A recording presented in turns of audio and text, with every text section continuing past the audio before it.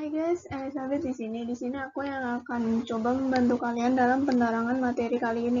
Emang materi kali ini apa sih? Materi kali ini adalah anuitas. Kalian seharusnya memang sudah tahu apa itu anuitas, tapi di video ini aku akan tetap menerangkannya secara sekilas. Kalau gitu apa aja sih yang bakal dibahas? Yang pertama ada pengertiannya. Yang kedua jenis-jenis. Ketiga kegunaan. 4 rumus-rumus. Dan yang kelima ada contoh soalnya yang pasti. Oke, langsung yang pertama. Pengertian dari anuitas. Anuitas adalah suatu rangkaian pembayaran atau penerimaan secara cicilan yang pada umumnya sama besarnya, serta dibayarkan secara periodik, dan masing-masing jumlahnya itu terbagi antara pokok dan bunga. Secara garis besar, anuitas dibagi menjadi dua. Ada anuitas biasa, atau biasa bisa dibilang anuitas akhir, yang mana pembayaran dan penerimaannya terjadi di akhir periode, dan anuitas awal, atau biasa bisa dibilang anuitas segera, yang terjadi di awal periode. Lalu kegunaan dari perhitungan anuitas. Karena ada banyak kegunaannya di kehidupan sehari-hari, maka di sini aku hanya akan tampilkan beberapa contoh yang paling umum ditemukan di soal-soal anuitas. Oke, di sini ada rumus-rumusnya. Rumus-rumus ini harus dihafal di luar kepala. Kenapa? Karena ini adalah rumus paling dasar dari anuitas. Dan dapat dilihat di sini, rumus anuitas awal dan anuitas biasa dibedakan. Perbedaannya terletak pada perkalian dengan V di bagian penyebut dan penambahan double dot di simbolnya. Lalu di sini ada yang simbol A, ada yang simbol S. Apa sih bedanya? Untuk yang simbol A, ini kita gunakan jika kita membutuhkan dalam perhitungan PV, present value, atau nilai kini atau nilai sekarang. Kemudian yang untuk S, kita gunakan saat kita membutuhkan perhitungan accumulated value, AV, atau nilai ke depannya. Terkadang bisa disebut juga future value.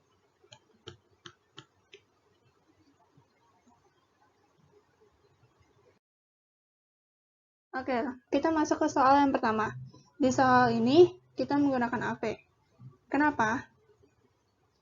Nah, di soal dituliskan Pak Dirman menabung sebesar 1 di setiap awal tahun selama N tahun tingkat bunga efektif I per tahun. Yang diminta total bunganya. Kita menentukannya menggunakan AV karena terlihat dari kata menabung. Kenapa dari kata menabung? Karena secara tidak langsung kata ini menunjukkan bahwa Pak Dirman adalah orang pertama atau sebagai subjek pertama yang melakukan pembayarannya. Sehingga total bunga yang akan dia dapat nanti adalah penjumlahan dari seluruh tabungan dia beserta perkembangan bunga-bunganya dan dikurang total pembayaran yang dia lakukan. Jadi kita membutuhkan AV dikurang jumlah pembayaran yang dia lakukan.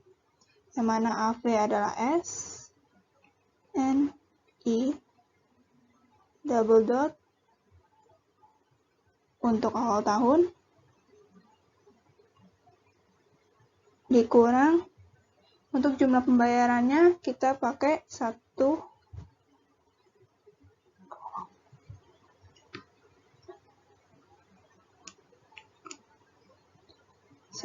kali N. Kenapa 1 kali N? Karena pembayarannya yang sebesar 1 dan setiap tahun dia membayarnya dan berapa kali dia membayar mengikuti lama tahunnya. Jadi ini N. Maka jawabannya adalah D.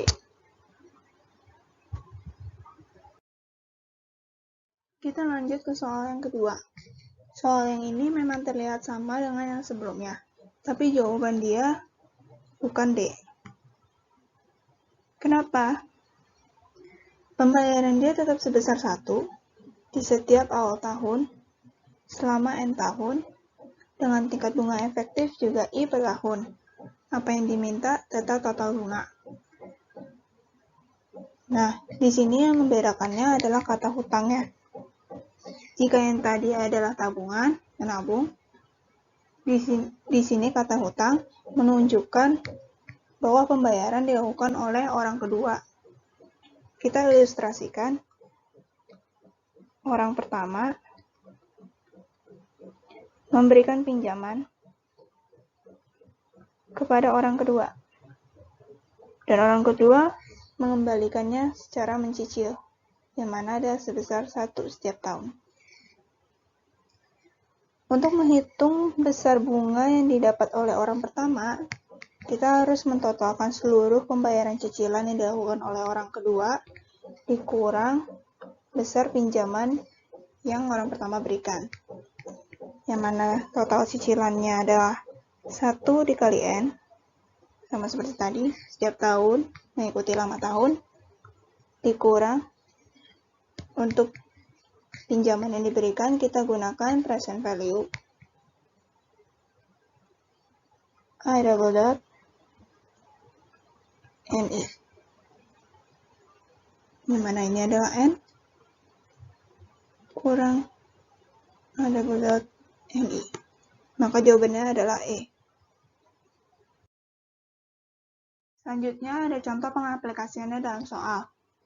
Sebuah anuitas 12 tahun dengan pembayaran 300 di setiap awal kuartal untuk 8 tahun pertama dan pembayaran 150 di setiap awal bulan untuk 4 tahun berikutnya.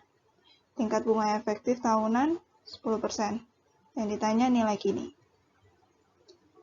Di soal ini, kita tidak bisa langsung memasukkannya ke rumus begitu saja.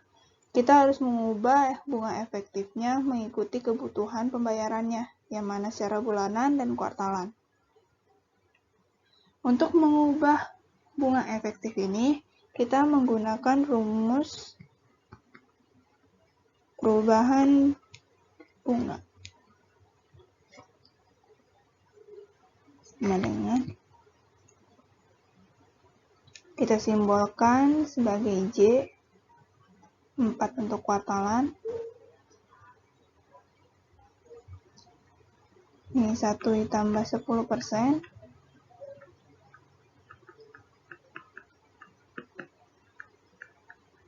Nanti J4-nya akan didapat 2,41%. Untuk yang bulanan juga sama, gunakan rumus yang sama. Ini langsung aja.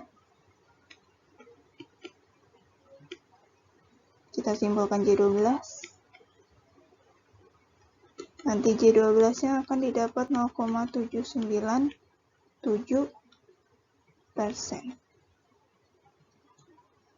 Sehingga nanti saat kita memasukkannya ke dalam rumus, perhitungannya akan menggunakan bunga efektif, bunga J4, dan J12.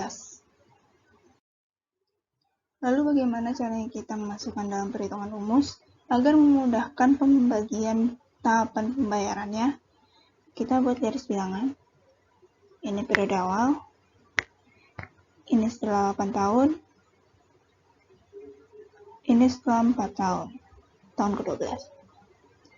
Pembayaran pertama 300 secara kuartalan,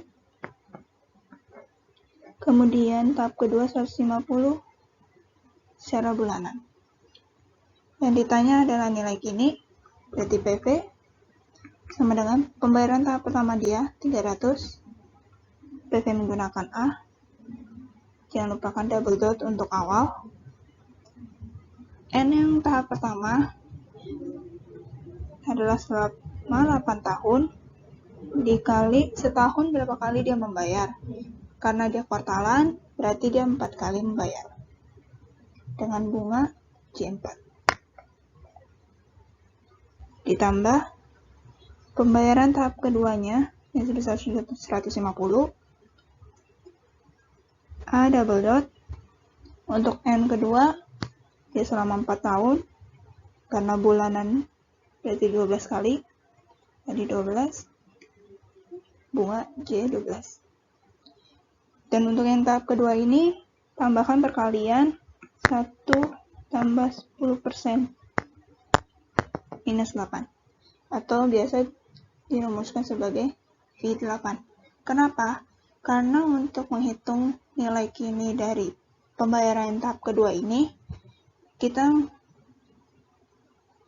mempresent-value-kannya 2 kali. Yang pertama ini untuk present value di tahun ke-8. Pembayaran dia yang dari tahun ke-8 sampai ke tahun 12, kita tarik mundur ke awal dia membayar. Sedangkan yang kita perlukan adalah nilai kini di periode awal, sehingga kita harus menarik mundur lagi ke tahun ke-0.